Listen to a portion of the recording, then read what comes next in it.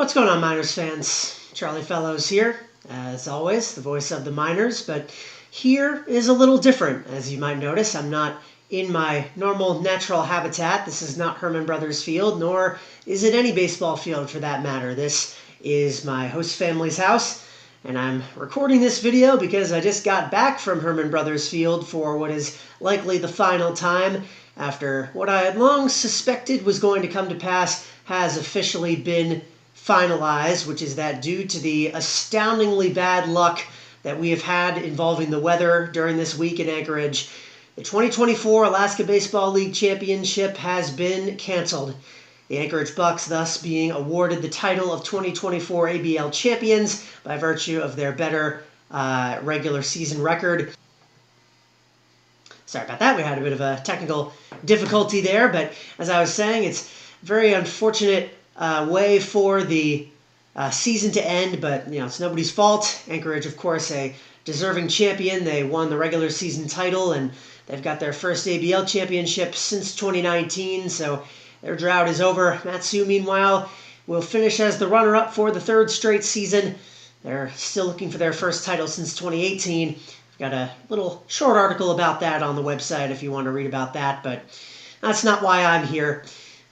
So the results of the season, of course, is over, and that means that there's some housekeeping I need to do, some last loose ends I want to tie up, and then, of course, I want to say goodbye to all of you. So the housekeeping I want to do is involving the pregame interviews that Dylan and I did over the course of the season. We had one more that we needed to show. It was recorded before the start of what would have been Game 1 on Tuesday with the man who got the Miners into that championship series. Ryan Harrahill with a 3-inning save against the Peninsula Oilers in Game 2 of the first round. I got to talk with him about his experience in Alaska and what goes into those amazing performances out of the pen that he's turned in so many times this season. So for one last time, take a listen. All right, Miners fans, what's going on? I'm here with Ryan Harrahill, bullpen arm for the Miners. How are you today? Great. How are you doing? I'm good too. It's a cold, windy, rainy day. We're still looking to see whether the game tonight will be played. This is being taped on Tuesday afternoon before the scheduled Game 1 of the top of the World Series playoffs between your Miners and the Anchorage Bucks. A series that the Miners might not have made it to if it wasn't for your effort. 3 innings to close the game out back on Sunday against the Oilers. What went into that performance for you? Thank you. It was nothing too special. Again, it's just another game. Played the Oilers. That would have been the 12th time. It's probably my 4th appearance against them, so it wasn't anything too special. Just kind of go out, handle my business. The offensive side really came through early, put up some runs early, and up there you just kind of do your thing for the guys behind you. Preserve the bullpen a little bit. You're one of 2 players on the Miners to hail from the state of Nebraska, University of Nebraska as well. I'm sure that's a very big adjustment to come from the Midwest Great Plains era up to here. What's the biggest difference you've noticed? Again, I'd say it's probably the weather. Right now in Nebraska, it's like 105. So definitely right now it's 64 and cloudy on August 6th. So yeah, it's definitely quite a difference, but it's been awesome up here with the mountains and everything. You certainly don't have that in Nebraska. Well, we did have a bit of unseasonable warmth yesterday during the off day. We got up into the 80s while the team had the day off. What did you get up to during that day off? I went fishing. Tucker, my roommate Tucker, and Drew and I, we all went fishing out in Willow Creek. You talk about having Tucker here, your collegiate teammate at Nebraska. How much has it meant to you to have someone who's from your neck of the woods here in Alaska this summer? It's awesome, especially how close I am with Tucker. He was my college roommate too. And so it kind of just all worked out that we kind of stuck around with each other since last summer, grew up playing together, and now we're up here together. So it's awesome. Well, you'll be heading back to the University of Nebraska in the fall. What's the biggest thing you're looking to take back to that program that you've learned up here? I'd say just learn to have fun while playing the game at the same time, not make it such a necessarily job rather than you're going out and having fun playing with your guys. Absolutely wonderful to hear. Thank you for joining us, Ryan. Back to you. Well, it was wonderful to get to talk with him before that game, and it was wonderful to get to talk with as many players on the Mat-Su Miners as we could this season. I do want to specifically shout out the trio of the Miners, Nick Bisaccia, Eduardo Mendoza, and Pedro Camacho. Unfortunately, those three were the only ones that were not featured in any kind of interview or off-the-field content on the YouTube channel during this season. It was a goal of Dylan and I's before the season to feature everyone on the team, coaches and players alike, at least once in any way we could, and unfortunately those were the three that we never got around to talking with. But you, of course, had many memories during this season, many excellent performances that will forever be immortalized on the YouTube channel and the games themselves. And Dylan and I had the privilege of getting to call you over the course of this season for the Miners. So hoping you will always have those memories, and hoping that it was as pleasant for you guys to interact with Dylan and I as it was for us to interact with you. And that brings me into the last thing I want to talk about. The season, of course, has come to an end, and one of the many things that means is that it is the end of my tenure as the voice of the Mat-Su Miners. And so I just want to give one final send-off to all the people that helped make this summer possible. Right off the bat, the front office of the Miners, Pete and Denise Christopher, Terry Johnson, and all the members of the board that helped the team function the way it does. I only got to witness a tiny fraction of the work that you all put in during the season and during the off season to make this team run, and I can already say that it is absolutely astounding the amount of effort that you all put in toward making the Miners not only be able to play a season at all, but holding the team to such a high standard of quality and conduct and presentation for all the fans and people that come to the games. And that's something that all the players and the coaches and Dylan and myself couldn't help but emulate. And it's infectious, and it follows us in every corner of the jobs that we did over the course of the season. So to each and every one of you, you are an inspiration. And this season quite literally would not have happened without you, nor would it have happened, of course, without the players themselves and the coaching staff to go along with that. Head coach Ty LeBrun. Unfortunately, it really felt like this was going to be the year for the first title up in the last frontier, but I know that title is coming, and when it does, hopefully I'll be watching on the YouTube channel.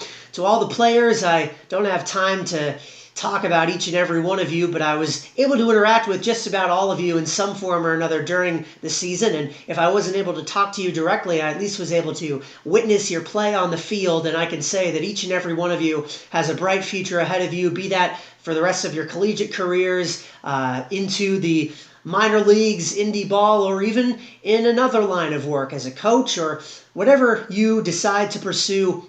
Every one of you will have an amazing career in whatever you decide to make your living in, and I will be following your journeys for the as long as they are being authored, and I can only hope that you will do the same for me and do the same for Dylan, the last person I want to shout out, my companion in the broadcast booth for all but the last week and change of the season, unfortunately having to leave the team a week before the playoffs were set to begin, and a lot of the ideas that he and I had for playoff coverage unfortunately having to be put on the back burner, as all the work that was previously between the two of us ended up having to be scaled back a bit. But Dylan, you put in an absolutely astounding amount of work, and the amount of things that you taught me about calling games and being in this industry and in these jobs is absolutely uncountable. I learned so much from you over the course of this summer, and it is my honor to get to call games alongside you during this summer, and my honor to get to say, once you're calling games for the Tennessee Titans, or whenever the Nashville, Tennessee area gets a new MLB team, whatever you end up doing in the rest of your career, I can say that I got to share the broadcast booth with you. It has been a high honor. And an extension of that is another person. I said that was the last person I wanted to thank, but I forgot. Jeanette Gardner, the SID for the Miners. I wanted to thank you. I talked to you already, but the social media aspect of this job, the fact that you handled that and did it so amazingly well, engaging the fans on Facebook, Twitter, Instagram, every way that we could have reached out to them. It was an amazing job. It was so easy and so fun to cooperate with you and do this job together.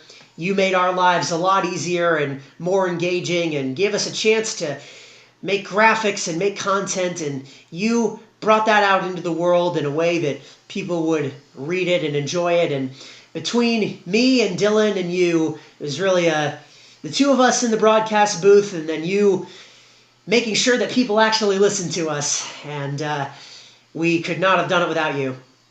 And the last thing I want to say is, speaking of people watching us, to all of you watching this video, to all of you who even for 1 minute of your day decided to tune in to the Matsu Miners whenever they were on, thank you from the bottom of my heart, and I speak for Dylan, of course, as well, from the bottom of our hearts. This season, we can talk as much as we want about the games, but if nobody's listening to us, if nobody's watching us, then it was all for nothing. And there were a lot of people watching us. The level of production quality that we aspired to for this season was something that we held a lot of pride in ourselves in, doing all the off-the-field content, something that really no other team in the ABL did to the level that we did this season, and no other team in the ABL this season got as many viewers per game than we did, and that's definitely a cause and effect thing, in my opinion. We put in a lot of work toward making this as engaging for all of you as possible, because at the end of the day, you're what matters. We can have the most amazing production quality in the world, but if no one watches, then may as well just have a GoPro strapped to the chain link fence behind the field and no one talking over it. So you're the reason why our positions even exist within the team, why it's even financially viable to bring Dylan and I up here in the first place, to live out the summer of our dreams, doing what we love the best in such an amazing place as Alaska. I got the chance to meet a lot of you in person, the families of the players, and many more of you I got to see talking in the YouTube chat and indirectly interact with through that. And even if I never had any kind of interaction with you at all, from the bottom of my heart, thank you for making this summer as worthwhile and amazing as it has been for me. And to all the players, the families, and those who are still in Alaska, who are still waiting for that championship to come the Miners' way, it'll come. And I hope that all of you will be in this YouTube channel for whoever comes and sits in my seat after me to get the privilege of calling.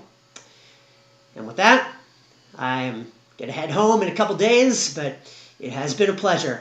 So for one final time, with all the incredible staff of the Matsu Miners, I've been Charlie Fellows, saying so long, and thanks for watching.